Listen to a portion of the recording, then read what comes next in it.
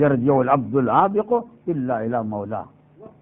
خدا جانتا میں نے بارہا یہ بات کہی ہے کہ امام سجاد سے بہتر پروردگار اور بندوں کے درمیان رابطہ قائم کرنے کے جو طریقے ہیں، حتیٰ کہ معصومین کے کلمات میں وہ الفاظ نہیں ملتے ہیں جس سے وہ ربط مضبوط ہو جائے بندے اور خدا کے درمیان.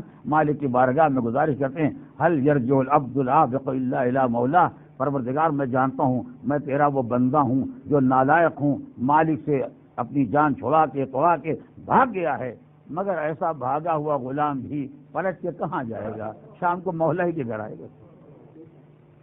اگر کوئی غلام کسی کے گھر میں، کوئی نوکر کسی کے گھر میں ہے، ظاہر ہے کہ مالک نے کچھ کام زیادہ کہہ دیا اس کے خیال میں، اور اسے نہیں ہو سکتا، اس نے چھوڑو ایسی نوکری سے باز آئے اور نوکری چھوڑ کے چلا گیا. 2 دن فاقے کر کے نوبت آئی، اب کہاں جائے پلٹ کے بھی وہیں آ گیا.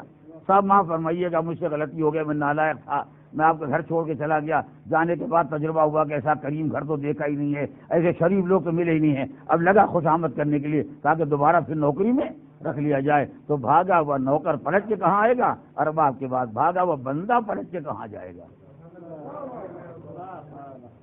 تو جیسے ہی احساس پیدا ہوا کہ میں ادھر سے ہٹ گیا تھا، ویسے بندہ پلٹ کے مالک کی بارگاہ میں آیا. اور جب نوکر پلٹ کے آپ کے دروازے آ جائے تو مسئلہ پھر آپ کے اختیار میں ہے. آپ کا جی چاہے اسے رکھیں اور جی چاہ کے دیکھیے نہیں. ایک مرتبہ آپ چلے گئے، آپ کا کوئی اعتبار نہیں رہے گا تو اسی لے جائیے کوئی اور ارباب ڈھونڈ دیجیے گا، ہمارا کوئی گنجائش نہیں ہے. آپ کے اختیار میں ہے، چاہے اس کو رکھیں چاہے نہ رکھیں. تو پہلے اس کے پلٹ کے آنا ایک مسئلہ ہے اور آنے کے بعد آپ کا قبول کر لینا دوسرا مسئلہ ہے. تو جب بندہ خدا سے غافل ہو گیا تو پہلی مہربانی خدا یہ کرتا ہے کہ بندے کے دل میں یہ ڈال دے کہ پلٹ کے پھر وہیں چلو، اس کے علاوہ کوئی سہارا نہیں ہے. اور جب بندہ پلٹ کے آ گیا تو پروردگار نے پھر واپس آ جانے کو قبول کر لیا. یعنی پہلے مڑ کے بندے کو دیکھا تو خیال توبہ پیدا کرایا اور دوبارہ مڑ کے دیکھا تو توبہ کو قبول کر لیا.